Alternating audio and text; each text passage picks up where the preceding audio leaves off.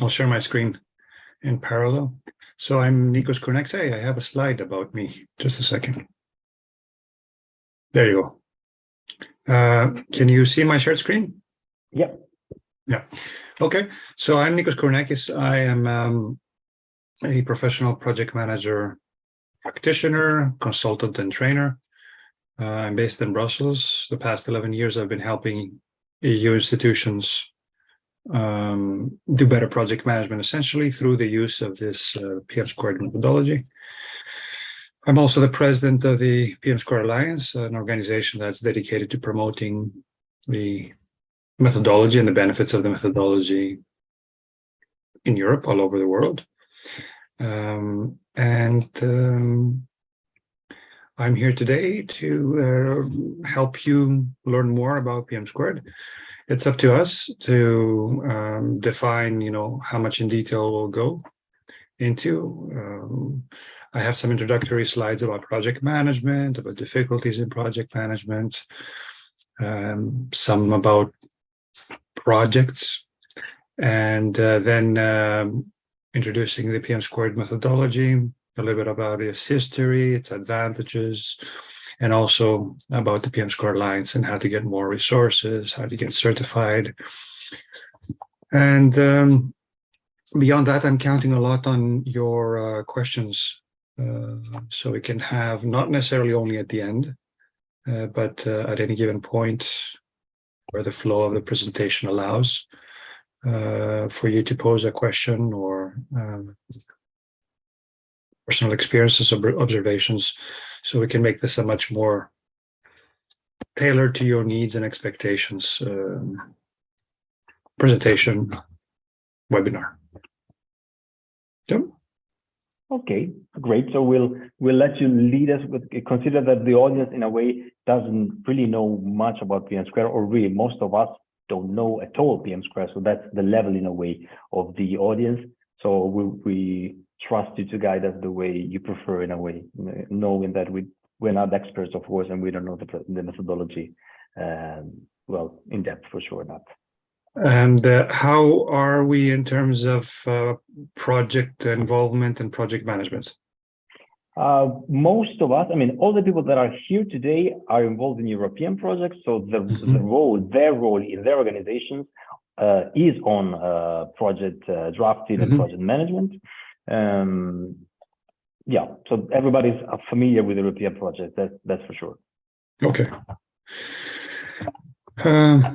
So let's start. As I mentioned, the foundation, the core of our discussion, or our discussion revolves around the PM² methodology of the European Commission, but the methodology itself is nothing more than a vehicle to help us, well, in our discussion here, to frame our discussion, and then in your projects to help you with applying some of the well-known to you or globally known, what we call project management best practices. I start by showing trouble here because as a consultant and a trainer, I go and visit many different organizations all over Europe, and I see that the challenges that organizations face when dealing with projects and project management are more or less the same. If we were to do a sort of a collection of your concerns and challenges, although diverse, they end up being very close to those of organization X and Y. They have to do with challenges of coordination, of communication, of setting up properly a project, about quality, managing expectations of stakeholders, team members, scheduling, the usual staying on budget, on time, on cost. And the solutions to these common problems are also common.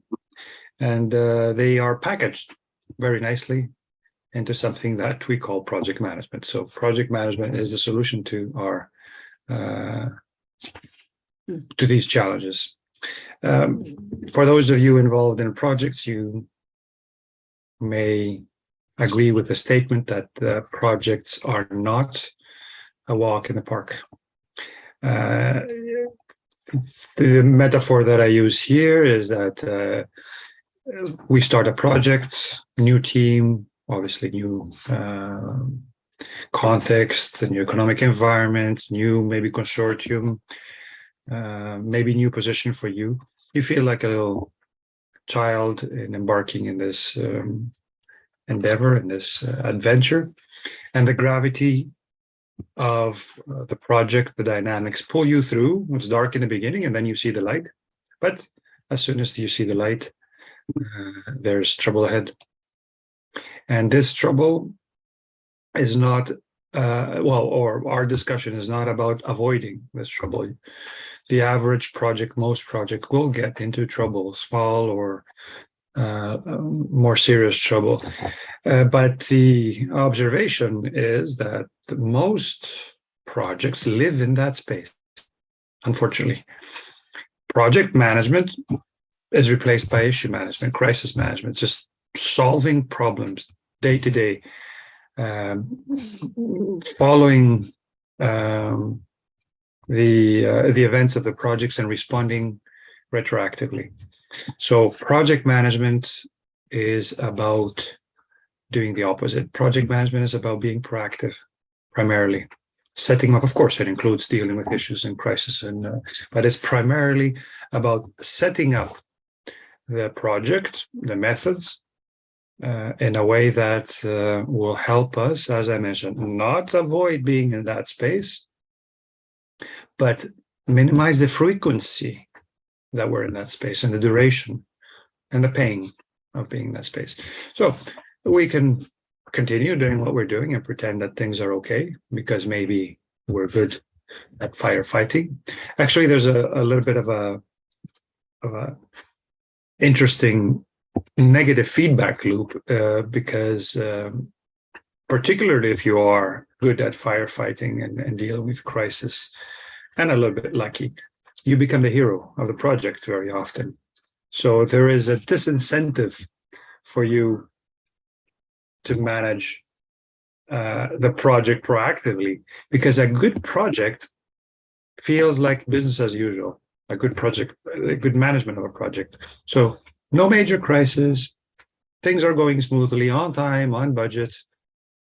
Probably nobody did anything special. It's just how things were designed to go. So there's like a little bit less glory for the hero team or the hero project manager. So in any case, we can pretend that things are okay, or we can do something about it. Problem is that we're very busy.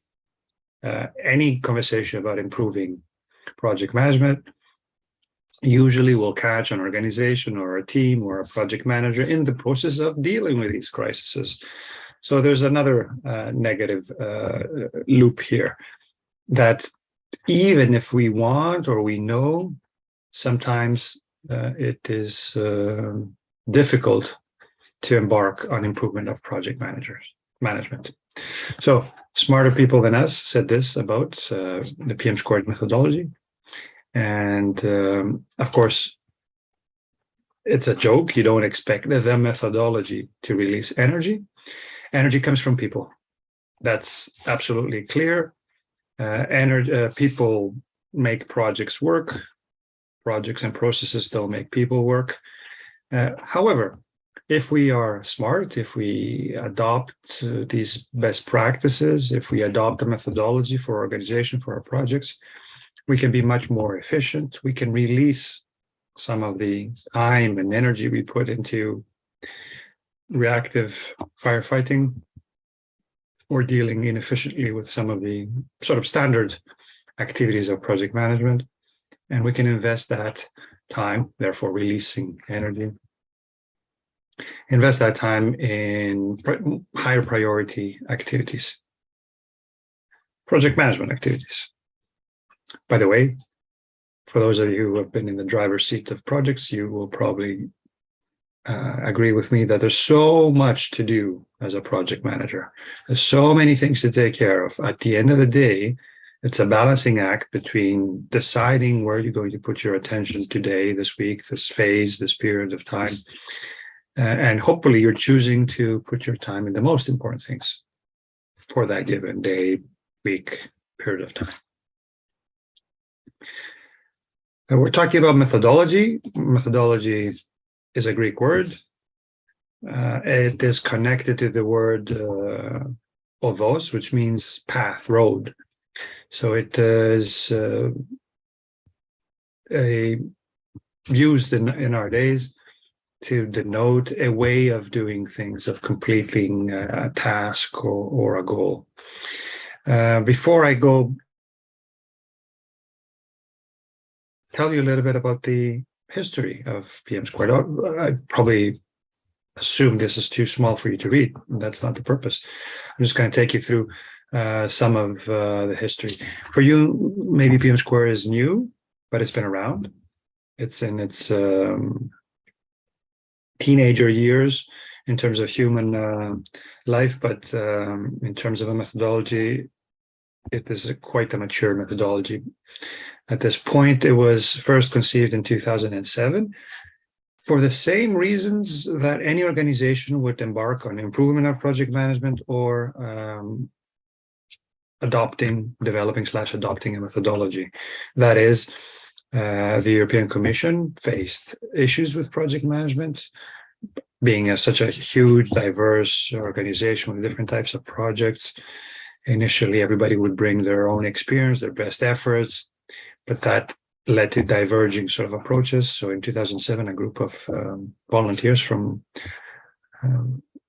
well, I can't say across the Commission, but from multiple DGs came together and proposed the first version of PM² that was based primarily on, or built around, a governance structure, which we'll see later, and was designed mostly for IT projects, as very often the majority of the number of projects that run in an organization are IT engineering projects. Not for any other reason, is that because of the process orientation of these people, the project container, calling work that we do at projects is sort of much more natural. In 2000, fast forward a few years, in 2011, the first version, or in 11-12, the first version of PM² was produced as a book. Before that, it was a website. It was made generic for any type of projects. A training and certification program was built internally for the Commission, later open to all EU institutions. In 2016, because of demand, the PM² methodology was released in the open world through the EU bookshop with an open source license as a free for everybody to use, with no copyright restrictions or Creative Commons copyright, to be used by anybody who wanted. And since then, with the glorious 2018 Open PM² conference, the vision for PM² was announced for it to be a common, free, open methodology, European methodology for the whole of Europe, for member states, for contractors doing business with the EU institutions, and for EU-funded projects. In the meantime, something that I didn't mention, in 2015, other institutions came on board. That means they went through similar motions, and instead of adopting another methodology, creating their own, they came on board PM². So PM² became the de facto methodology of EU institutions, with very few exceptions due to legacy or political reasons that have another methodology of their own, or the only alternative, which is Prince2, a British methodology, however not suitable for smaller and, well, I would say European projects. So in 2018, this conference that was ran at the European Commission premises was sponsored by 5 major EU institutions, as you see here. And as I mentioned, the vision was announced. 2 years later, a PM² Alliance was created based in Brussels. That's a nonprofit organization that has a mission to promote PM², evolve it, coordinate the community contribution, or as we say, take PM² where no PM² has gone before. So I mentioned methodology. I mentioned some difficulties in projects. Well, project management, PM² more specifically, is our weapon for dealing with difficulties in project management, the challenges.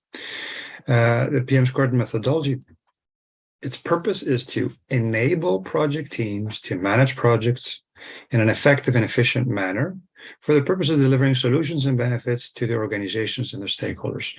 As you see, the purpose of a methodology, or the PM² methodology, is not extremely narrow to help you schedule or run meetings, but much more broader because it needs to include the effectiveness dimension. In project management, very often we focus on the efficiency dimension, that is doing things economically, quickly, etc. But no matter how efficient you are, when you do the wrong things, and even more so the wrong project, wrong in terms of its connection to our strategy or its future value, then no matter how efficient you do things, if you're doing the wrong things, you're not going to go too far. So a methodology helps us first and foremost with developing a common language. It's the most basic aspect of the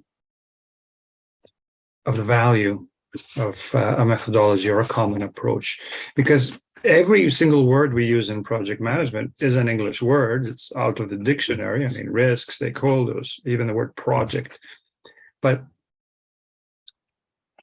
it is an observation that we all mean something slightly different. And then when it comes to much more specific words, such as project charter or work plan or issue and issue management requirements, these words that I even used a little bit more loosely. Plus, you factor in the Euro English that we speak, that these words may mean something slightly different in our own languages.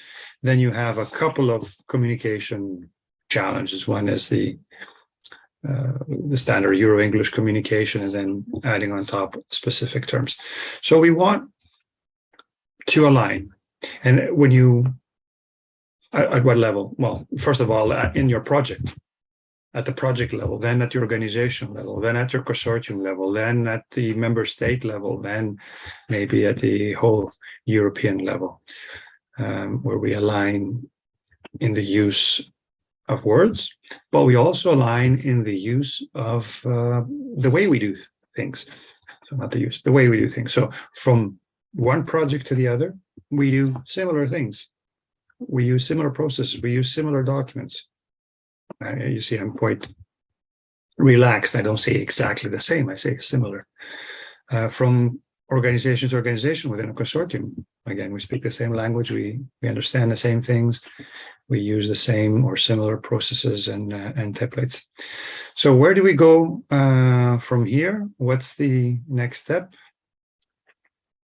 I have one slide as one slide in the middle before I go to speaking more about the methodology.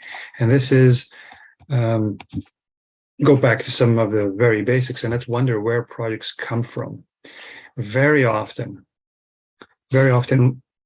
project teams, or even sometimes project managers, coordinators, whatever we call them, are involved after the project has been defined, approved, sometimes even started. That is an issue in itself, but we take projects as they are defined with a great sort of dose of respect, considering that this thing that exists, this project that we're called to participate and manage, has been very, very wisely defined. by some sort of power, higher power that understands things much better than us, and therefore everything in there is how it should be, and everything that doesn't happen as it's described, it's our fault. So let's see where projects come from. This is the relationship that we're mostly comfortable with. There's a project, like a small little factory that does work, and at the end of the day, in iterations and stages, or small things coming together, but at the end we produce what is called an output, the deliverable, the main deliverable or deliverables of the project. And this is the relationship that we concentrate with. But we should know that the deliverables, a conference, a publication, a policy, an information system, a move, a relocation, a reorganization, whatever that output is of a project, by itself, it holds very little value, although we pay money for that. The reason we did the project is that we want to be, through the use of those outputs, the use of the new offices, new way of doing work with this sort of reorganization, the use of information system, the application of policy or laws or whatever it is, we achieve the outcomes. And the outcomes is the real reason. This is what we want to achieve. It's just that these outcomes don't depend 100% on the project, because they happen after the project has finished, and they happen only when the project outputs are used effectively and properly. So it could not be the responsibility of the project to guarantee, or for instance, you don't want to sign a contract with your funding source for the achievement of outcomes. You want to sign a contract for the achievement, for the delivery of the output, something measurable at the end of the project. And the outcomes, we desire them because there's benefits with this new state. But still, where did the project come from? The project implements a specific solution. There's many, many different ways to implement a solution. You can do it manually, automate it. You can do a quick and dirty, or you can do a small, elaborate, expensive, lower quality project that implements that solution, given some constraints. And a solution to what? A solution to a problem that you had, a problem or need or opportunity. There's something that you don't like about now. And this could be extremely broad, and it could be whatever, research in Europe, equality, racism, whatever it is in Europe, for instance, as a problem. And then you establish 7-year programs, and some specific, I'm talking about the perspective of the commission, let's say, in which in some cases, you know what the solution is, so you go for tenders. In other cases, you don't know exactly what the solution is to your problem. You sort of outlined in broad strokes a solution, and you're asking for proposals. An organization like yours, or through the Horizon, Erasmus, or many, many other funding instruments. And the solution that you propose, you also propose a specific implementation that respects the boundaries of the call. That's the project. And explicitly in your grant agreement or your contract, you have the provision to deliver certain outputs, and the commission will pay you for those at the end, and it will check if you produce them and to what degree. But then maybe the commission or your organization will ask you for, how do you plan, or how do you think you could help with the achievement of these outcomes, help increase the chances of these outcomes being achieved as a result of these outputs? Maybe, for instance, in development projects, they would ask you for the impact and some measure of quantification of the impact of these outcomes. We'll call those benefits if they're well quantified. Because at the end of the day, you also want to see that your project achieved or created some value.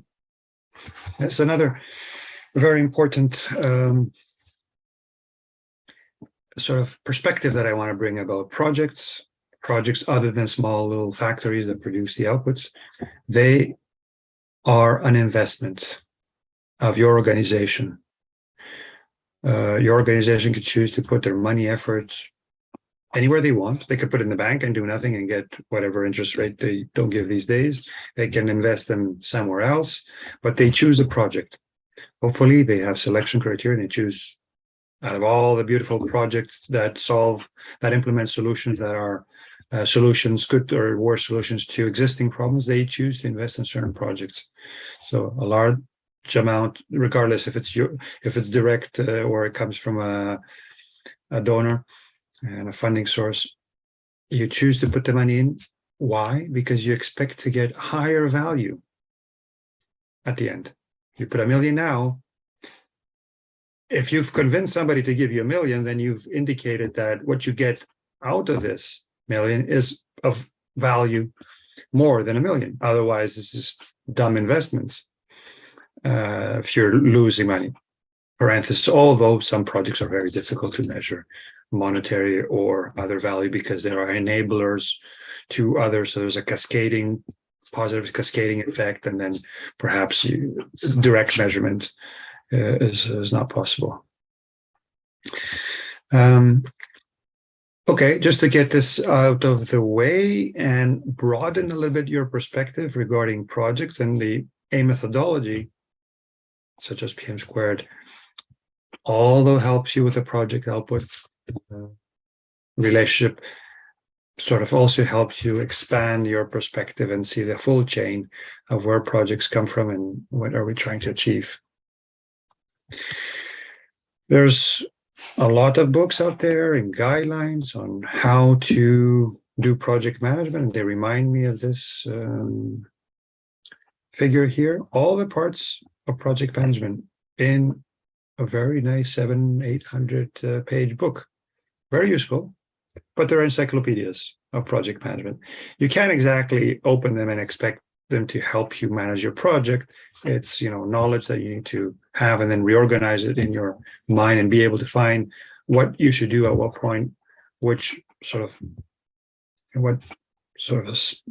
part of your brain you need to tap into to get some of that knowledge. So it reminds me, and I don't know if you're familiar with this concept of work breakdown structure, but a map of all the work that needs to be done and all the deliverables that I have to produce versus a schedule or a plan. The breakdown of everything that the project contains is useful, but I'd rather have a plan that shows me what I have to do when and who has to do it. So it's good to have all the ingredients of project management, but what we want is something like an IKEA guide, something that gives us step by step what I have to do to manage my project, phase by phase. It talks about the tools that you need. It talks about the sequence of things. So essentially, it asks and answers the following questions. What do I need to do to manage my projects? When do I need to do it? The beginning, the middle, at the end, every week, every month, every quarter, how often? Who should do it? Oh, there's a misconception. Well, project management. It's the project manager that does all the project management. This is a misconception.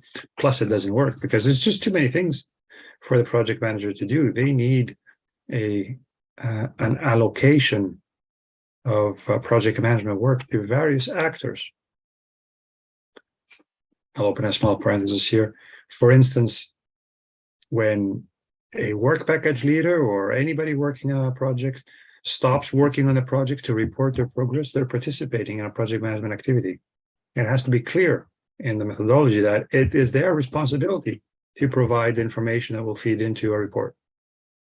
Close parenthesis. How do I do it? What are the skills that I need? What are the processes that I need? What are the specific templates that I need to use? And of course, you may be missing a very important W. Why? Why is it me? Why do I have to do it now? Why do I have to do it every week? Why do I need to use this template? If you don't understand the why, you can just follow the process, but you're much less effective. And if you don't understand why you have this meeting every week, or why do you need planning kickoff meeting or an executing kickoff meeting, or even a more difficult and less frequently conducted meeting? Why do I need a closing meeting, project closing meeting? So here's a very useful mind shift. It's actually it's not a shift, but it's adding more resolution to what you already see. We see project work as one thing, and we often, and the Commission sometimes in EU-funded projects a little bit confuses with this, because some of the administrative work and outputs, reports, for instance, signing of grant agreements or changes, amendments, they are seen and presented as part of the project. But here, just like you see in a distance, when you're driving a single light and you're not sure if it's a motorcycle or a car, and as it comes closer, or as you put your glasses on, you see that it's indeed a car or a truck. Similar, we zoom into here and we need to understand that there's two sides here. There's project/product work, things that we need to do to produce the deliverables of the project, the outputs of the project. This is what's in our work breakdown structure, our work plan. But again, tapping into EU-funded projects, you may remember that there's often a work package that talks about project management. So you have project management work as well. Same questions. You ask what, when, who, how, and why do I need to do something to manage the project, as you need to ask and answer, and something that we do, answer the questions: what is it that I need to build? Why do I need to finish an activity or a sub-deliverable or the final deliverable? Who has to do it? How do I need nuclear physicists and lawyers and IT people? So we ask the same questions, but this is what the methodology brings. It brings us this view that we need to ask the questions for the left side of the screen here, which we don't do traditionally for project management. We do it only for the project work. So this is what the methodology will bring to us. They will bring answers to these questions and help us execute project management much more efficiently. Is a methodology enough? No. It is a necessary enabler for better project management, practices and methods, but we need effective mindsets, an effective project-oriented, I can call it, culture in our organization. We need project team aligning with specific mindsets, being effective, teamwork, but also you need project organizational support in project management support. Essentially, you can't do much unless your management supports you. So knowing is great. That was knowing more about project management, but you won't achieve much unless you do, if you apply some of what things that you know. But then important enablers are having a methodology, a common way of doing things in your organization, and having and receiving additional support in your project management. So there you go. I finished with my sort of introduction and the context. I can pause here and open the floor for questions, observations. Thank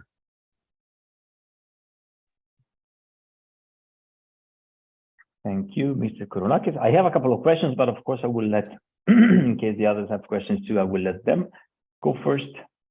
Good. I don't see any hand raising, let's say. So I have two questions for you. Well, the first one is more, in the last applications I have written for the EPR, for example, not only for the EPR, but also for the EPR, I have put as a project management methodology PM² in the application. So I've referred to PM² in the application. For two reasons, of course, because actually I tended to use some of the, to adjust, of course, the methodology to the size of the project we manage for EPR. It's not a huge project. We're talking about 250,000 euros, so it's Key Action 2 more or less. at least for the last two. So it's not two huge projects. So I adjust the methodology, of course, to the project. So that's the first reason. And the second reason, but that's more of a question then, and that's quite strategical in a way. I hope as a project drafter that also the evaluator of the project will know what I'm talking about when I mention PM². So I hope that they will appreciate in a way that I'm using the methodology that the commission suggests, right? In a way. And in your experience, is it the case? So do the evaluators, I know that it's a generic question, but do you think that actually on the other side, there is the same knowledge? So the applicants are suggested in a way, and of course it's a good methodology to apply that methodology, but on the other side, do the evaluators know about the methodology, or do you think it's a plus for a project, for example, not from a project management point of view, but also for the evaluation? Yes, I do think it's a plus for three reasons. One, the real reason, if you know enough to put it in your proposal, if you put it in your proposal, there's higher chances of you actually following a little bit of PM². So better project management. So I put that aside. You said other than that, organizing some of the things that you put already. I mean, you don't put new things in your proposals since PM². You put the same things more or less, just that you package them in a more essentially intuitive way, organized way. So you're helping your evaluators in this sense. The third reason is because it's recognizable. Now, to be honest, there's a very diverse depth of understanding and appreciation or even awareness of PM² within the Commission in various instruments. For instance, Horizon and Erasmus Plus, they will be much more aware. I have personally trained hundreds of project officers. So the project officers are aware and appreciate PM², but the evaluators are not always, well, first of all, they're externals. Their expertise is domain expertise, so not necessarily aware or appreciative of even the concepts of project management. So there's a little bit of a deficiency. I hope that one day the European Commission will provide direct and specific information to the evaluators. All they need to do essentially is point them to the public PM² websites. But then again, the scoring in your evaluation is, as you know, much more dependent on the technical aspect of your proposal rather than the management aspect. Yeah. Thanks for that. And a second question, this is more, well, there was a sentence in one of your slides that I want to steal, very simply, so I don't know if I'm stealing it from you, so that's why I wanted to ask you. The sentence says, behind every successful project, you will find a well-defined problem.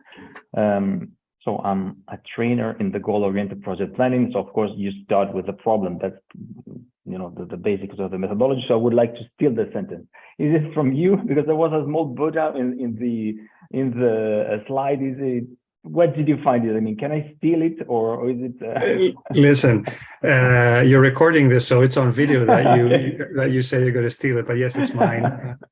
Buddha, I don't think he bothered too much with probably project management. And also, I put Buddha next to the statement to give it some veritas. Okay, thank you. I just wanted to know. Okay, thank you. Any other question at this stage? Yeah, well, please relax and ask anything you want. It doesn't have to be project management. Maybe something that so you found interesting or cute or difficult to understand. Otherwise, it's gonna be monotonous. Me speaking all the time. I can say that it's not at all monotonous. I really appreciate how you present it, the pictures and the images of what you're talking about. That's great. And it's good to see it in such a, from this bird's perspective again, and not always being in the middle of it and struggling, but looking at it from above. That's great. Okay, thank you for that. I think it's easier to understand it. I agree with Priska. So thank you, Nicos. Excellent. So we'll talk a little bit more about project management and more about methodology. Let's start with something extremely basic, and I want to enrich your understanding of what a project is. There's sort of very specific definitions of project. Let's say a project is a temporary thing that is done to deliver scope, on time, on cost, and quality. And I've enriched this a little bit. First of all, the first bold statement is that project is an organizational investment. I think this is extremely useful to add it into our understanding of what a project is for many reasons. Let me explain one of them. Investments don't always deliver their promise. You choose an investment to produce more value. Very often investments fail and you lose your money.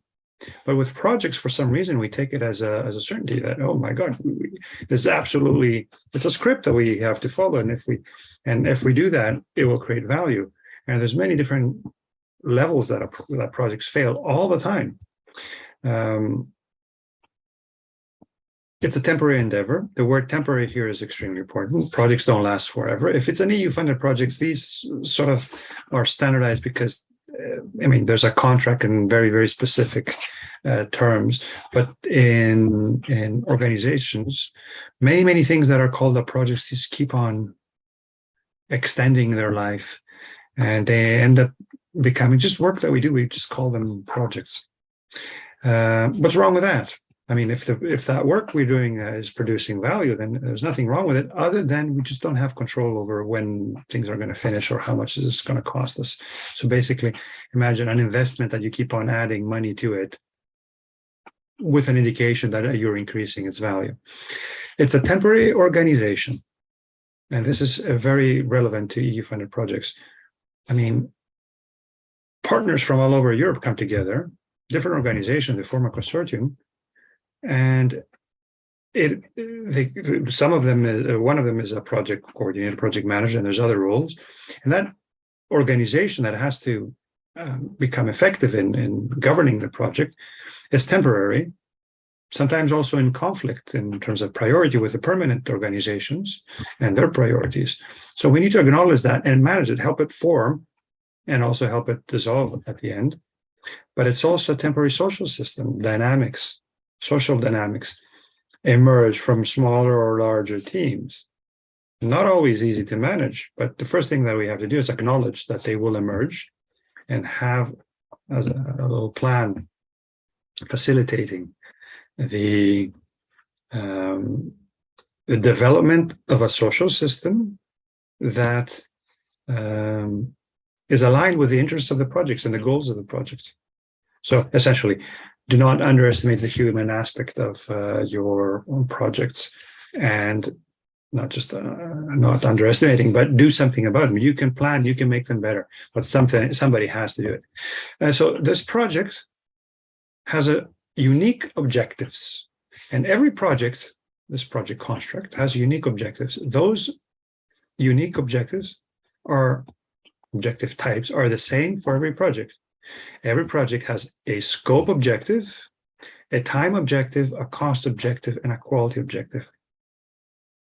So, and I'll show you in the next slide something you will recognize, but traditionally, I think, I will not make the assumption on your behalf, but what I see is that we see the project objective as being the scope.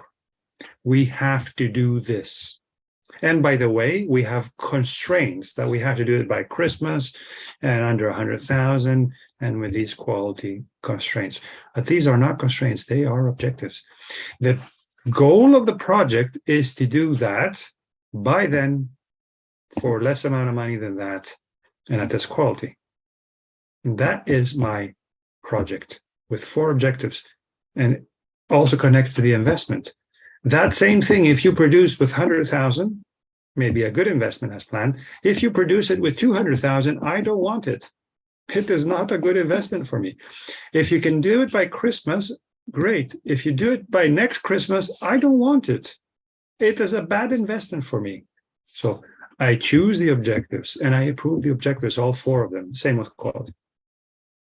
So we produce deliverables, and it's only through their use that we will be able to achieve the desired outcomes and deliver benefits as a return to the organizational investment. So the stuff that we produce, the deliverables, the outputs, don't have value in themselves. They have a lot of cost, but don't have value in themselves. It's through their use that we're able to do something that we couldn't do before. It's a new capability. I mentioned some examples of renovation, moving, IT, conferences. Each one of them has an output that by itself, for instance, a conference, it's a good example. So we ran a conference, 1,000 people came. Congratulations. Where's the investment? What did we achieve? The conference itself was a mean to an end. What we will achieve through the conference, through the use of the conference, is networking, alignment, feedback, social interactions, reinforcement, a little bit of fun, follow-up actions, mailing lists that you have access to of people who are interested in a specific topic. Through the use of those is where you will achieve the benefits. So a temporary organization or temporary endeavor that has a start and an end, it produces something unique, an output. It's not a routine. It's not manufacturing, essentially something that produces the same sort of iPhone over and over again. Every iPhone is the same, but every project, the output is slightly different. Even it's a conference, another conference, another conference. Every conference is a little bit different. And the things that we have to do to manage them are also different. I cannot automate a project. Neither the project part, automate the production of the deliverables, neither can I automate project management. That's why when you talk about processes in project management, they are sort of high-level generic processes, very iterative, that connect to almost every other process of project management. So cannot automate it. So for those of you who are thinking of a career in project management, you will not be replaced by robots. Stay assured about that. And then you have, there's a mistake in my little slide. Maybe I'll highlight it and make it part of our understanding. Did you see the constraints? Well, the constraint is not time, cost, and quality. That's an objective. The constraints are scheduling constraints, budgeting constraints, culture, organizational constraints. My point, how much money I have for the project is an objective to achieve that. Delivering below that cost. But the fact that I don't have all that money now, I need 100,000. Do I need it now? No, I need so much now, and then I'll purchase that, and I need to pay that. So this is the cash flow of money that I need. That's my budget.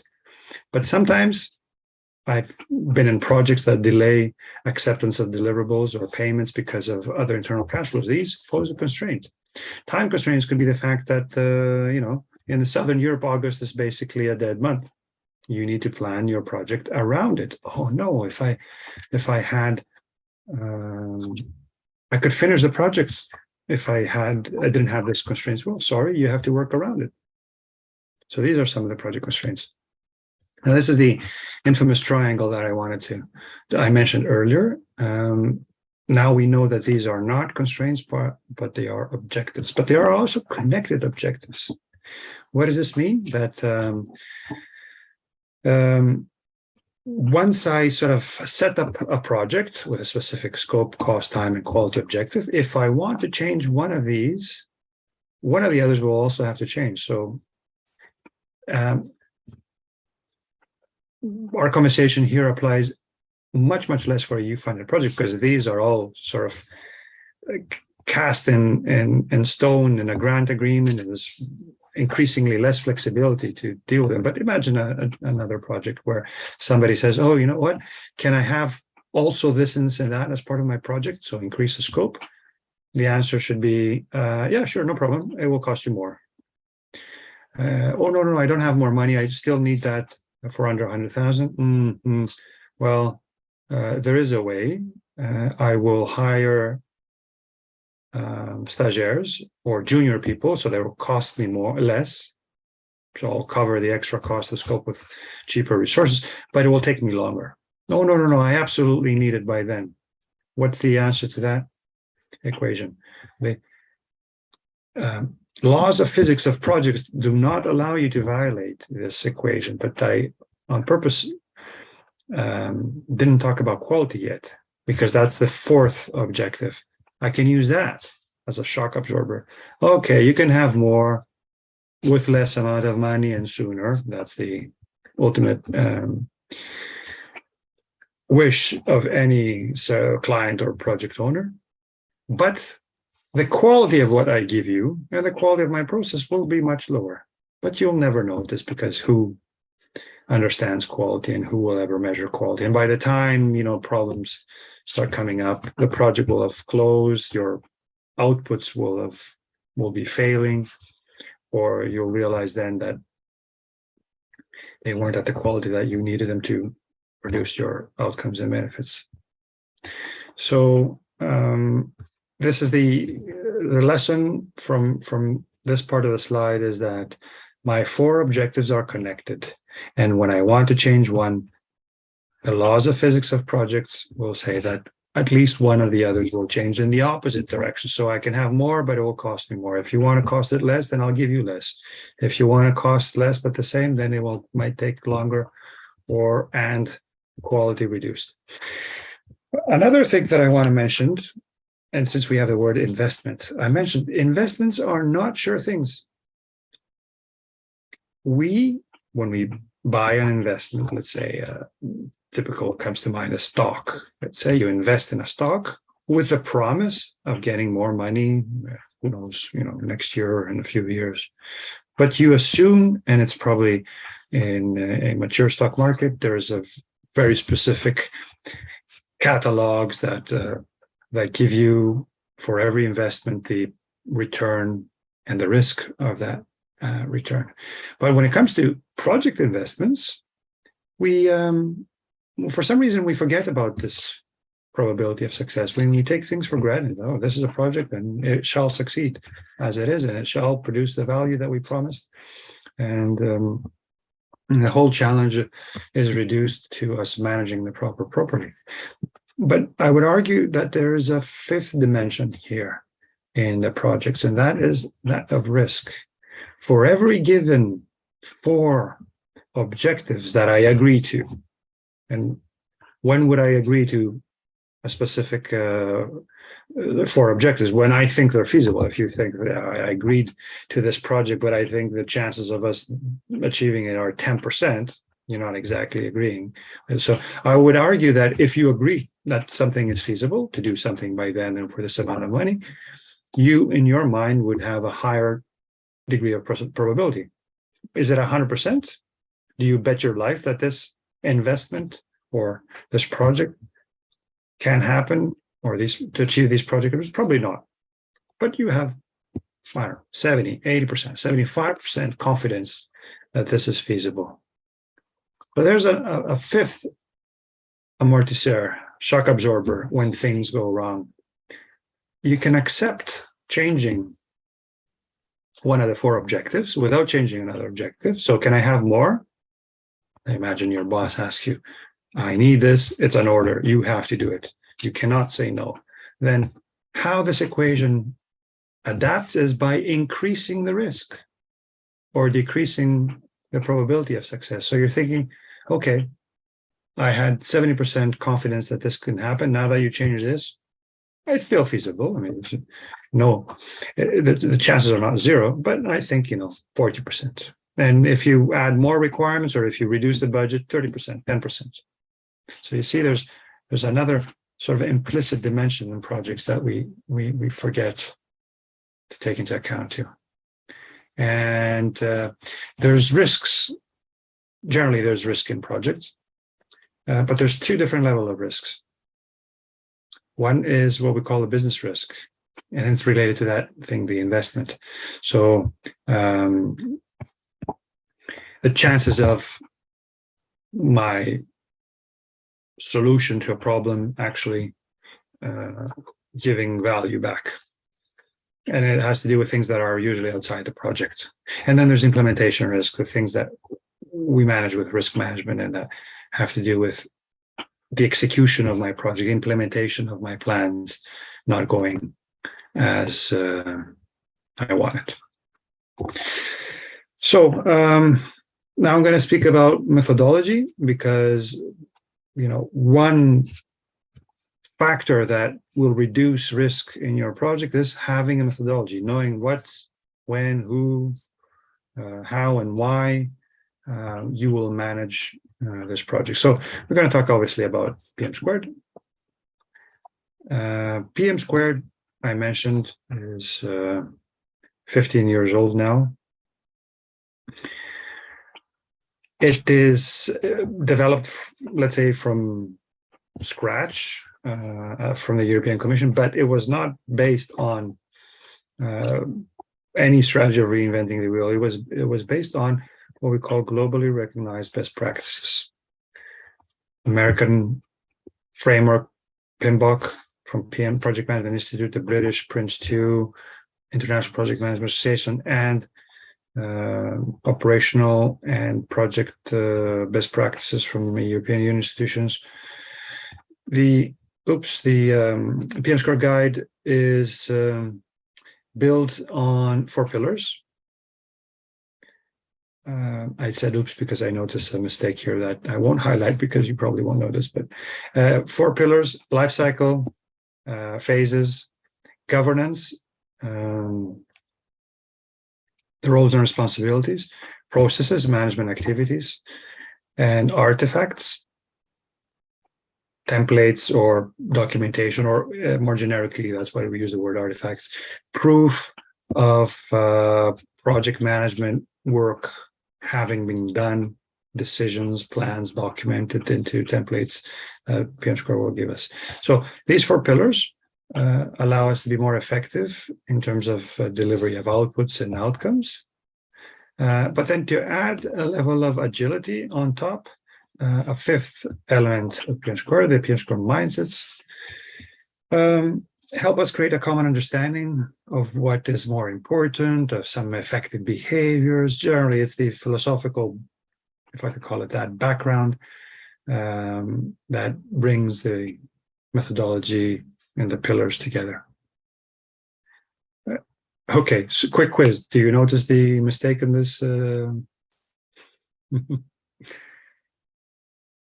No, I don't think so. We want to know, of course. But yes, I know. It's an architectural trick when you can't hide something highlighted. So you see on the bottom, it says the Engage PM guide. And in the mindset says PM². We're talking about PM². Engage PM is the European Parliament's methodology, which is a tailored version of PM². So that slide was caught somewhere in the middle. Okay. Yeah, minor. So I will show you now the PM², let's say, events in one slide. And I apologize that I don't have my usual animation here.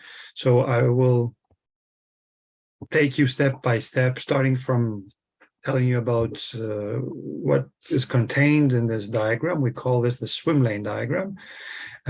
So what you see here on the vertical is roles. These are PM² roles. You may not recognize them as standard roles that you use. You recognize the project manager most probably.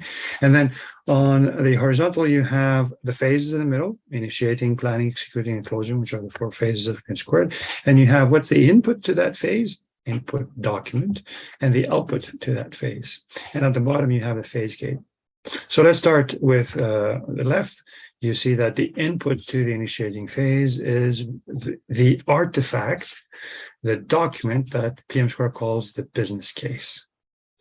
That will allow that will give a mandate to the project to start its definition, its initiating, essentially. The next step would be to define the project. So connecting to our previous conversation, the business case would be describing problem solution. and providing a business justification why it's an important problem and why this solution is a good idea, feasible and valuable.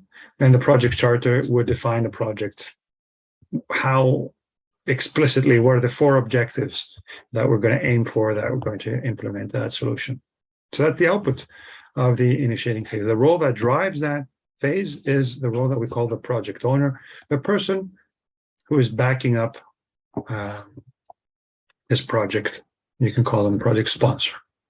Now, when it comes to EU-funded projects, you don't see immediately the connection here. You're probably trying to make it. I will be able to help you later, but PM² is a generic methodology, not just for EU-funded projects. So we provided a business justification and we described the 4 objectives of the project. Are we ready to move forward? Are we ready for planning? Where we ask this question and we form it, we create this phase gate. The RFP on the bottom is the phase gate that stands for ready for planning. And we ask this question, are we ready to move forward? Are we ready for planning? It could be a gut feeling. It could be an audit that checks our project if we've done everything we need to have done.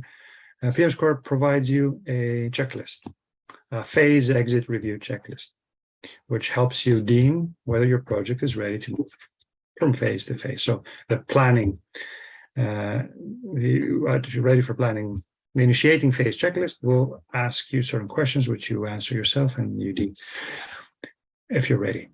Every time we move forward without being ready, we're increasing the chances of the risk of the project. Every time we move forward and we've done everything that we need to have done, we are decreasing the risk of failure. So we move into the next phase now. The input to the next phase is the output of the previous phase. So the definition of the project charter. Basically, I cannot plan something unless I know what it is that I'm planning. So I know what it is, what the project is, the project charter. Now the project manager drives that phase. To be very explicit with this, the role that is shown is not the person, the role that does everything in that phase. They drive that phase, they coordinate, they lead. Everybody in the project is involved in project planning, like execution, as I mentioned, in management as well. The output of the planning phase are 2 artifacts. One is the document that you probably know and use even with that same name, the project work plan. Remember the left and the right side of the projects, this one? Well, the project work plan deals with the project product work, how I'm going to develop the cake, the outputs, whereas the project handbook, which is the second or the first in order document here, is the plan on how I'm going to manage the project. So I have a project management plan called the handbook and a project work plan called exactly that. So if I have these, I know how to manage my project, I know how to build my product. And I ask the question, are we ready for executing? If so, well, I use a checklist, I move forward. Now, the executing phase is all about delivering the project deliverables or building the project deliverables. So I have my script, my project work plan, depending on what level of detail, but it will say who has to do what and when. So things come together as deliverables, sub-deliverables, and final deliverables. If only project were as easy, it would be that following the script to deliver all the deliverables. But of course, there's a lot of replanning, a lot of management there. And obviously that phase takes much longer than it's shown here. But in essence, at the end of the executing phase, you will have all your project deliverables. And you ask the question, were you ready for closing before you can move into the closing phase, which probably is something that most projects or you don't do, at least not formally. Before I move into the closing phase, let's see what happens to the project handbook, the project management plan. Well, draw a mentally a line into monitoring control. So if somebody says, well, how are we going to manage this project? How are we going to monitor and control this project? Where's our plan? Well, there's no detailed plan, but there's guidelines. There's the management plan. The project handbook describes, what the report template is, what information we need to collect, who's going to provide it, how often do I monitor and control, and all the other complementary management activities of risk management, issue management, stakeholder management, and so forth. So I move back to the ready for closing. Let me make something explicit here, and I'll tell you why I will insist on this. By the end of the executing phase, all your project deliverables have been produced. Your project work plan is 100% done. You have delivered your deliverables to your client or to your approving authority. Your project has essentially finished. Or if I were to jump back to the cake here, your cake has been produced. Project product work is 100% complete. What is left is project management work. What we want now is to properly close the project. So we want to assess the project. How do we assess the project? With the project deliverables and the project artifacts. We have a meeting, which we call project end review meetings. And essentially, we do two things in that meeting: discuss, remember, capture lessons learned, and post-project recommendations. Things that we essentially will help the organization improve for the next project. We capture that in a project end report, so it's findable. And then the project can formally close, having accepted the completion of all project product work and project management work.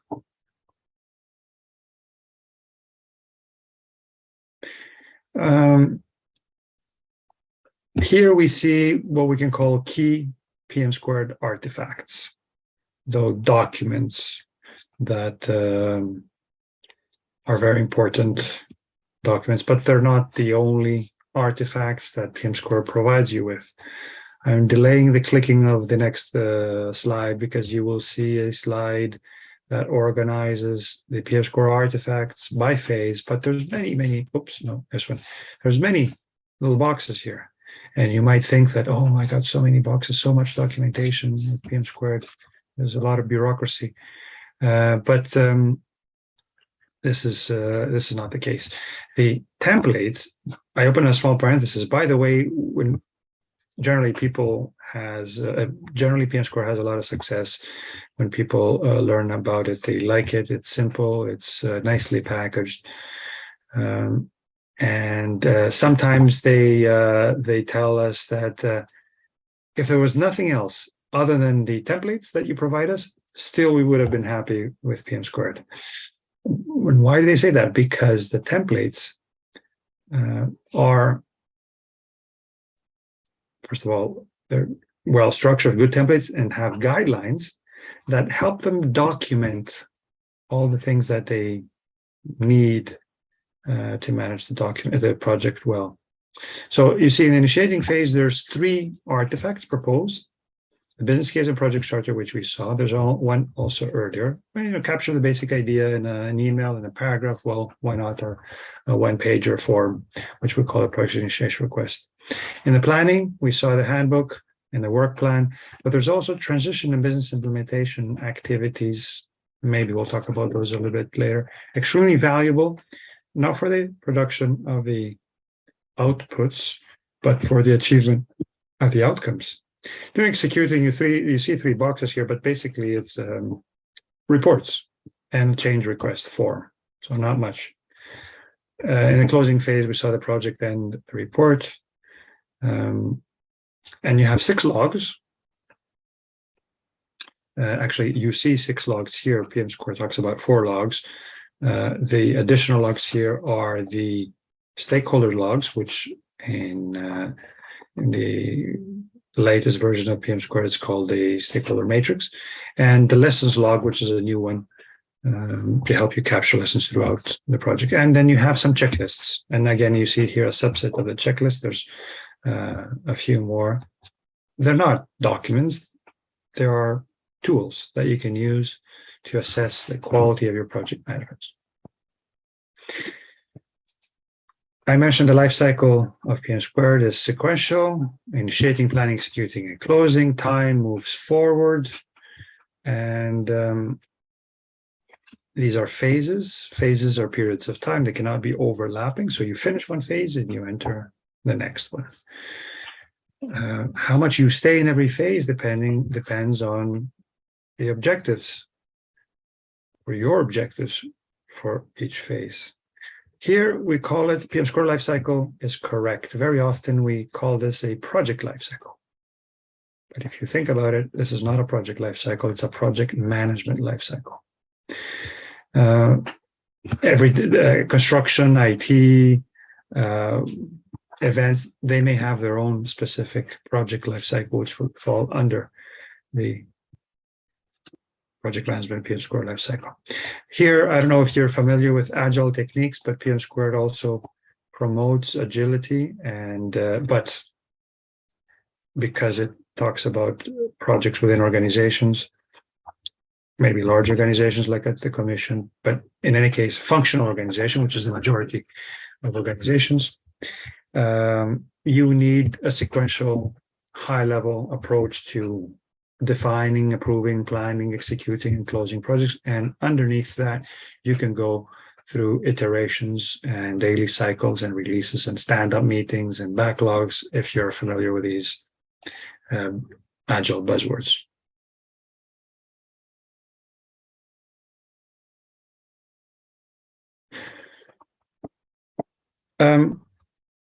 I mentioned phase exit review check, the phase exit, the phase gates, criteria for moving from one phase to the other. The ultimate criterion, though, would be, have I achieved the goals of that phase? So let's look at this. What are the objectives of every phase? I won't even read them, they're there. I don't have to read them, but I know them. My point is that don't bother reading bullet by bullet. We'll just have a quick overview. What is the purpose of the initiating phase? Well, first and foremost is to define the business case, define the why and the what. Define the project, essentially. Is that enough? No, we also need to convince other people that this is a valuable project. So we need to get approvals. Is that enough? Well, no. If I have a project definition that nobody believes in, the business value and so forth, may have it approved. Maybe who knows how it got approved, but that is not enough. I need to get people on board. I also want somebody to support me throughout the project. So just approve this project and disappear. I want organizational sponsorship. Commitment of the organization, not only for the budget, but also for the duration of the project. I want a team that believes in the vision of this project. And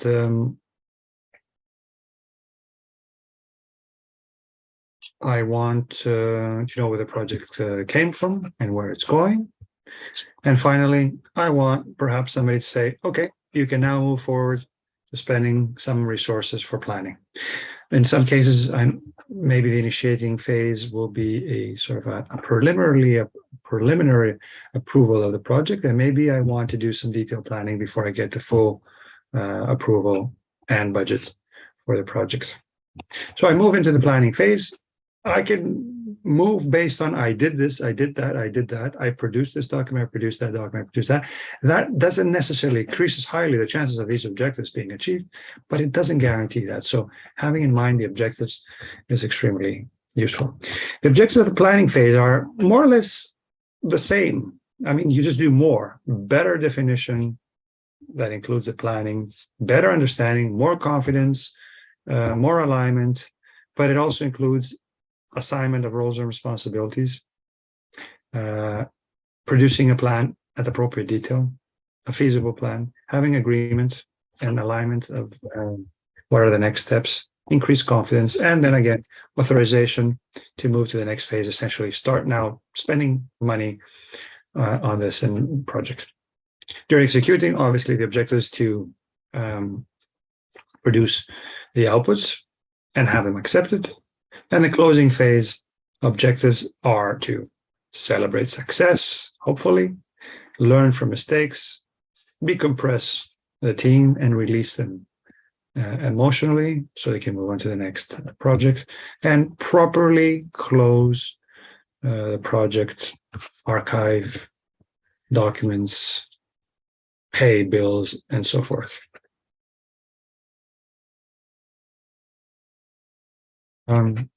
I feel tired from hearing my own voice, and although I have a couple more slides that are core methodology, I'd like to, yes, take a little break here.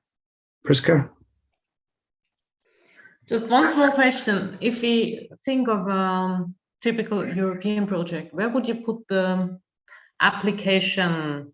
It's in the initiating phase, I suppose, or is it outside this process? Very good question, and I apologize because I have a slide that makes this mapping, and which I don't have in this presentation. If you understand the life cycle as I mentioned, it's regardless of if the money comes from your organization or it's free money from the commission, regardless if it's absolutely your idea or you're inspired by the commission's idea of problem solution and call, you should not start a project, not even thinking about a project, unless it makes sense to your organization. So initiating phase is about developing a business justification. Why would we ever embark on this endeavor? And understanding what the definition would be of this project. Now, in this story, you have an indication at the level of the business case about the cost of this and more or less the 4 objectives, but at the project charter level, end of the initiating phase, you know what the 4 objectives are. Regardless if you're going to go, now you need approval. Regardless if you go to your project owner, your own organizations to tell them, listen, I have these beautiful opportunities and I only need 100,000, or you have to go to the commission to ask for that money, the motions are the same. Now, in the specific case of the commission or grants, the commission doesn't only ask project charter level information in your proposal. They want a degree of planning. They ask for a plan. You would be a fool as a contractor, basically, that is very similar. As a grant recipient, you have a similar relationship with a client contractor to the commission. You would be silly to bind your organization to a fixed price, essentially, contract without having done adequate planning, basically having increased confidence that you can do this within these 4 objectives. So in a typical EU-funded project, from the perspective of your organization, at the level of initiating phase, you would get the green light from your organization to spend time and resources in trying to put together a consortium and writing a proposal. So you would move into the planning phase.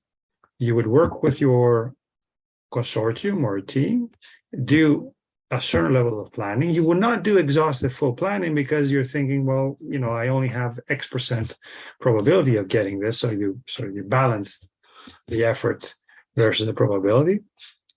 And at some point in the planning phase, you produce an additional artifact that's called a project proposal. It's not a standard PM² artifact.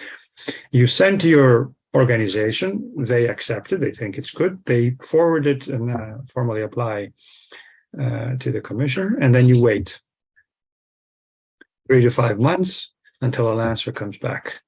So you're in the middle of the planning phase and you're waiting. If let's deal with the bad news, you don't get the money, then what should you do? You jump into the closing phase, discuss what went wrong, what could you do better next time, post-project recommendations. Oh, maybe there's another call that you can apply to. Maybe you can massage the proposal a bit and apply for something similar. In any case, properly archive all the work that you've done so you can find it for your next proposal. Let's go back. Let's assume that the news is good and you get funding. Now what you say is, oh shit, we got the funding. Now what we do? Because, all that planning, we knew we're basically selling this to the commission. We're not going to put all the bad news and the difficulties and all the worst estimates in there. So we're quite optimistic. So the typical project after signing the agreement and finalizing consortium agreements, they would start with what you call the project kickoff, which is fine, but I would call that post-award planning kickoff meeting, where we sit together and say, okay, this is what we committed to. It's a high-level proposal, so there's room to maneuver within those constraints. Let's do some better planning now. So I would stay in the planning phase until you're ready for executing, regardless if the clock has started ticking with the commission. And then moving into the executing phase, you actually start the whole cycle of delivering your reports, getting the payments until even the final payment is done in the executing phase. And if there's a closing report from the commission's side, it is part of the executing phase because it's a project deliverable in that case. It is part of your grant agreement, therefore it is in the executing phase. When you finish that, then you can do your own closing phase, which is specific to your organization or the consortium project management closure.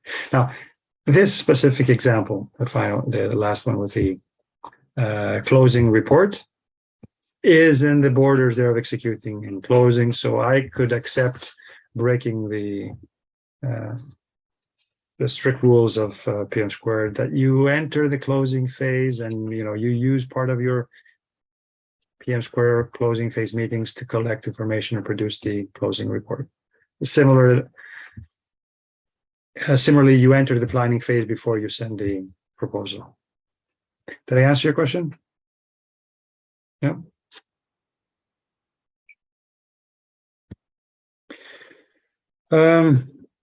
The fifth element of PM² is the mindsets. A lot of processes, roles and responsibilities, phases, artifacts, but we're not effective when we're using them without understanding why, and without having developed the philosophical background, not just us, but the whole team and the whole organization. So let's look at very briefly. The first mindset says, we apply PM² best practice to manage our projects. So it's kind of obvious and a little bit strict, that's a mindset. We are committed to following a methodology. It takes effort. Sometimes it's not fun. Sometimes, because it's fun doing stuff rather than managing stuff.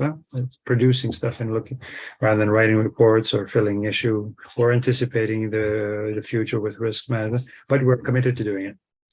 Second mindset says, but we remain mindful that the methodologies are there to serve us and we're not there to serve the methodology.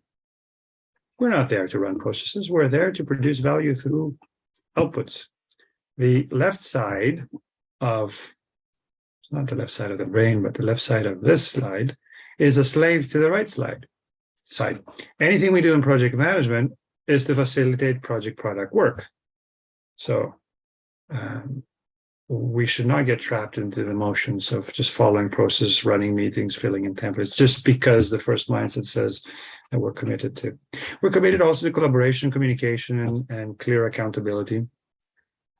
We have an outcomes orientation for both project results, but also project management activities. We need to understand what we're trying to achieve in every phase, in every activity, in every artifact.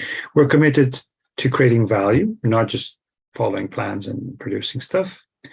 We assign project roles to the most appropriate people. We balance in a productive way all the things that we have to do. We are committed to improving as an organization, as a consortium organization, or project team members, as professionals, even as people. We draw inspiration from the code of conduct and the personal and professional virtues in the guide. We share knowledge, we're open and transparent, and we help people learn. And we involve stakeholders, not only in the project activities, but also we want to involve them in caring about the achievement of the outcomes after the project has finished. There is one slide that I will go back to. You don't see that I'm going back and forth because I'm doing this so well. But Governance. One of the second pillar there, and a very important pillar. Again, I'm missing my animation here, so you see all the boxes at once, but I'll try to navigate you. Same story as the swim lane diagram before. You're in the beginning, somebody has an idea, identifies a problem or a need or an opportunity. What do? They need to go talk to somebody in the organization that could do something about it. So let's start. I'll see if I can use this laser pointer. Let's see. Yeah. So we start with a business manager here. Business manager is that person that has an understanding of the context. They may have found a call, or they understand specific. They may be a researcher or understand a problem that it needs to be solved. They go talk to somebody who will become the project owner. If they buy this idea, it will be called a project owner. The project owner will say, I like it, but please, let's prove it to the organization, provide me some business justification that this is a good idea. So if you have that, if you're able to have this in your mind at the same time, you go ahead and produce the business case. You take it to your project owner. The project owner says, yes, I like it. My management committee approves it. And now let's make it more specific into a project charter. So you go back, you start working on a project charter. At some point, you realize that, just a second, I'm not a project manager. I'm a domain expert. I'm the person who can understand this problem and propose a solution. And I'm the person who started this and I'm pushing for it. And I found a sponsor, a project owner who's willing to back me up and maybe give me money or help me get some money. So plus I can't do all this alone. I need somebody to implement my solution. I need a solution provider.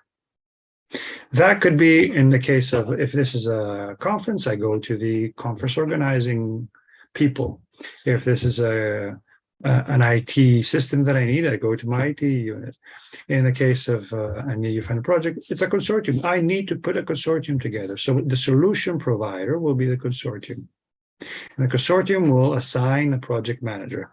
Now at some point, the project manager can take over, because project chart and the project work plan, they're sort of project management stuff. You need to be an expert in that domain or understand that domain. In any case, your point of focus is management and not definition of problem and achievement and outcomes.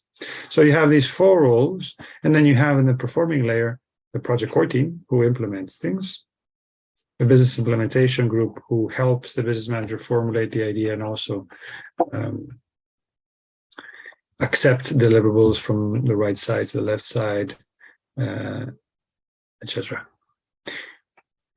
These four roles, or the directing layer, managing layer, performing layer, they have all the information, the perspective they need to solve any problem in the project. If they can't, they can escalate to the steering committee, which is comprised of key roles plus other roles. You can have lawyers there, representatives from other organizations. So within the project steering committee, as you see highlighted with the borders, you can manage the project. You have all the authority you need to manage the project, except for one thing. You cannot approve yourself, and you cannot change yourself or cancel yourself. For that, you need to go to the appropriate governance body. It's called that because the methodology can't know what it is in every organization. In an EU-funded project, in case you're wondering, the appropriate governance body is the commission, the project officer. The business manager ends up being the lead investigator or the scientist, or the project manager is the coordinator. I know that very often these two roles are combined in EU funds. So the coordinator is both the expert and the coordinator manager. The solution provider is the consortium. There could be a project support team on the side. There's the work package leaders in the project core team, and there's advisory committees or roles that are comprised of business implementation group.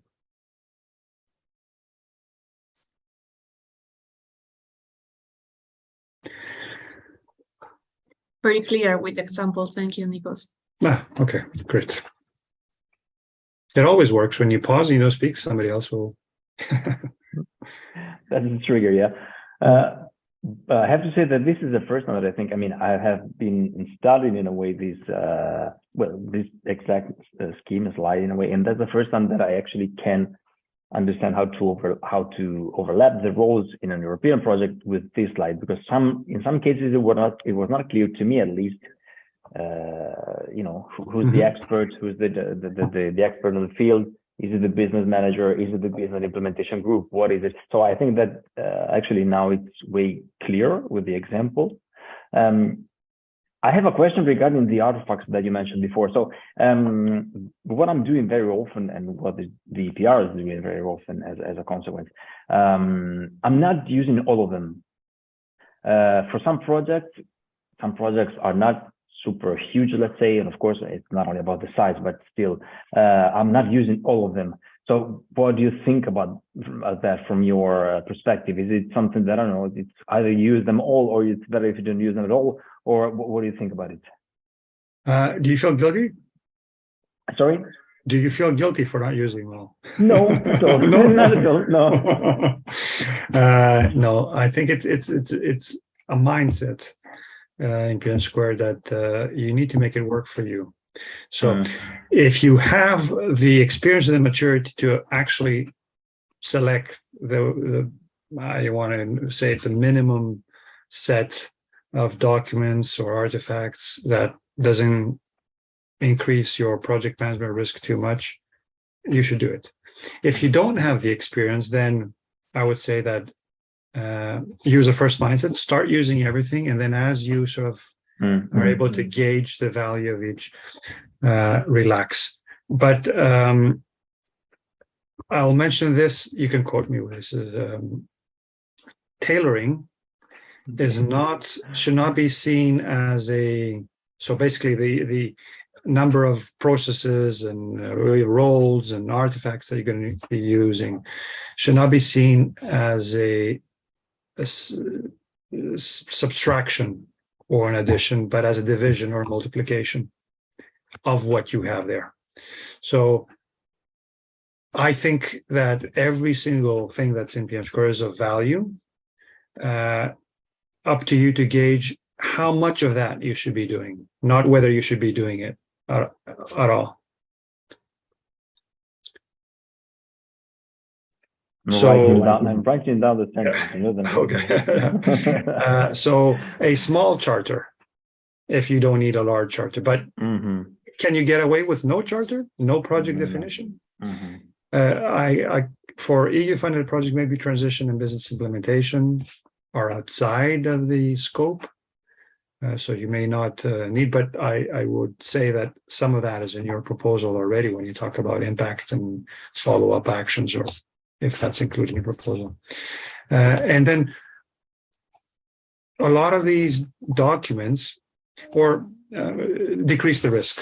Risk is an interesting concept because we're talking about things that may or may not happen.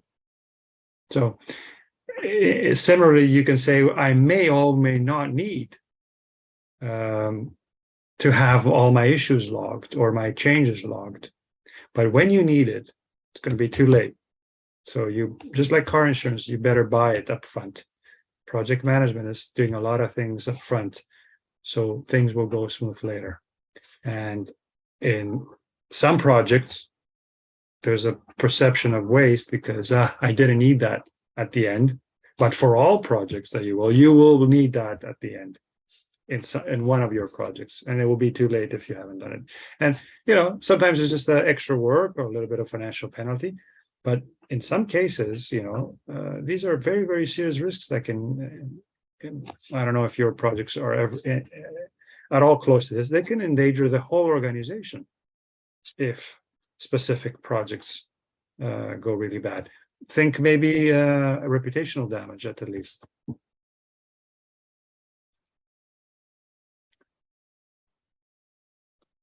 Any other questions? We have 15 minutes left. I'll start wrapping up. Let's say I'm just going to advertise a little bit PM² that there's different languages, more publications than just the one on projects. There is also an extension for Agile, mostly IT projects, and program and portfolio management. You can download these from the publications office, EU Bookshop, for free. You can print them, you can buy a hard copy for €9, so it's at cost. And you can download the PDF and share it with anybody you want. There's no copyright. You can open the PDF in Word, I guess, and edit it and change it and put your own organization's logo on it after you've sort of done the division for the tailoring. Absolutely no problem. There's additional publications that elaborate further on program and portfolio. Maybe these are at this point a little bit advanced, but it's one of the things that we're doing is to put a consolidated publication with project, program, and portfolio management together. Additional sources are these websites for program and portfolio. If you're interested, if it's just project, then you don't need to go here to download the, again, open source publications. And there's also a library with articles in these websites. Just to show you the licensing here is the Creative Commons. That means you're free to use, share, reproduce, and adapt, remix, as long as you acknowledge the source. I had a few here. Yes, there's a couple of slides. I talked about program and portfolio management as concepts. You see from tactical to strategic project management, and projects are much more, let's say, tactical tool to produce outputs. When we want to ensure that the outcomes are achieved, you can have a larger thing that's called a program. That part of its mandate is to follow through with the achievement of the outcomes, measurement of benefits. And then if you have many things in your organization which you want to keep strategic and financial control over, you can create a bucket called a portfolio, and then manage what goes in and how you can optimize that bucket. You recognize the word portfolio from the financial portfolios that essentially are there to maximize the return on investment at a given risk for your whatever you do. Here, this triangle, this pyramid may help you position the strategic level, your strategy, what your organization does, can be implemented via projects and program that release outputs in your everyday work. And you have the portfolio management layer that can facilitate the strategic alignment of the bottom and the top, and also financial control. 5 minutes and I'll finish my presentation. We can have a little bit more Q&A if you want, but I'll tell you about the Alliance. I mentioned already, the Alliance has been created to promote PM², help facilitate the community involvement. Obviously, the Commission doesn't have the culture or instruments to do this, and also their mandate is European. The Alliance has a global mandate. We have a clear mission to take PM² where no PM² has gone before, and we've created a manifesto for PM². We believe that the future of project management depends on the community of project managers working together. So we don't leave project management in the hands of the experts that end up producing 1,000-page encyclopedias, being in competition amongst them who is the best authority in project management. We know that effective project orientation is the key for organizations and society to deal with the many challenges of our time. We are convinced that project management doesn't need to be complicated, sophisticated, or require large upfront investments.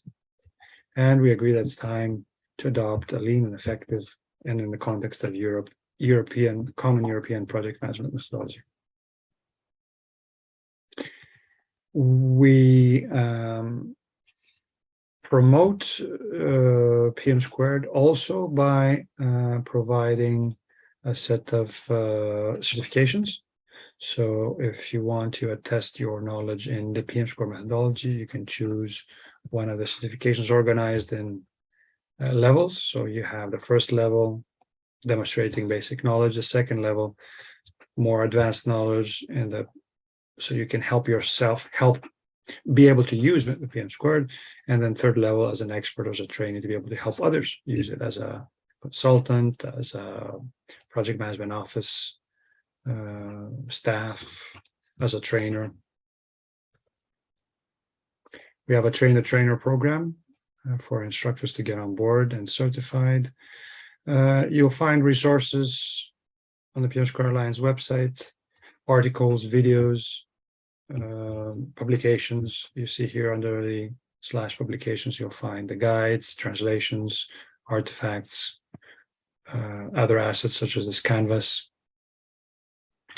And final slide, we're creating, open source solutions don't live by themselves. They need a driving force, and they need an ecosystem. So the PM² Alliance builds this business ecosystem. We have advisory boards, volunteer network, regional coordination, affiliated training providers, and certification agents, the certification program, trainer program, partnerships, open source publications, members, students ambassadors network, and an academic network. And through that, we support the adoption and use of PM².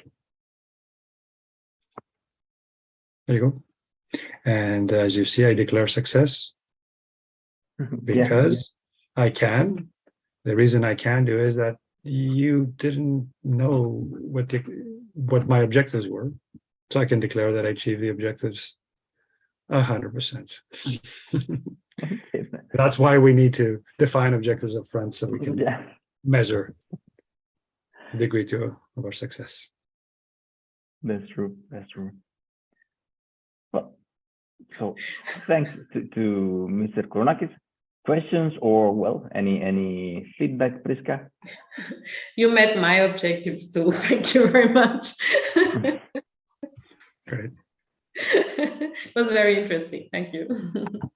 You're welcome. I didn't stay at the strict methodology, as you saw, level. I thought that this broader introduction and positioning of projects and the methodology would be useful. I hope that worked. Yeah, I think actually it was quite useful to put it in a frame. So yeah, especially given that we don't have and didn't have even more before this webinar, the knowledge to understand where the PM² methodology would fit in a way where it's set. Okay, so that's that was very useful, I think. My suggestion to the participants, that's what I did when I started approaching the PM² methodology. I'm learning it now.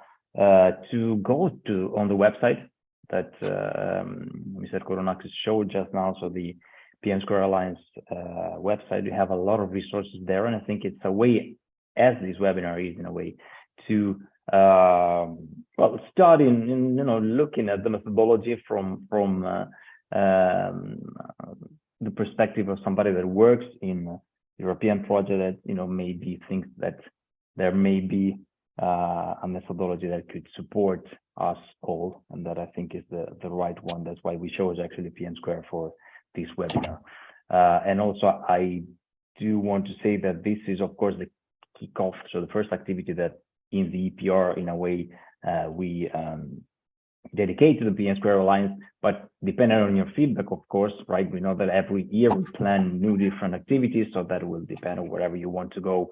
And I'm talking with the EPR members for the next years, for the next years. But if you are interested in working more on the PM² methodology, we will be able to contact, of course, again, the PM² Alliance and Nicos, and try to provide you with solutions in a way.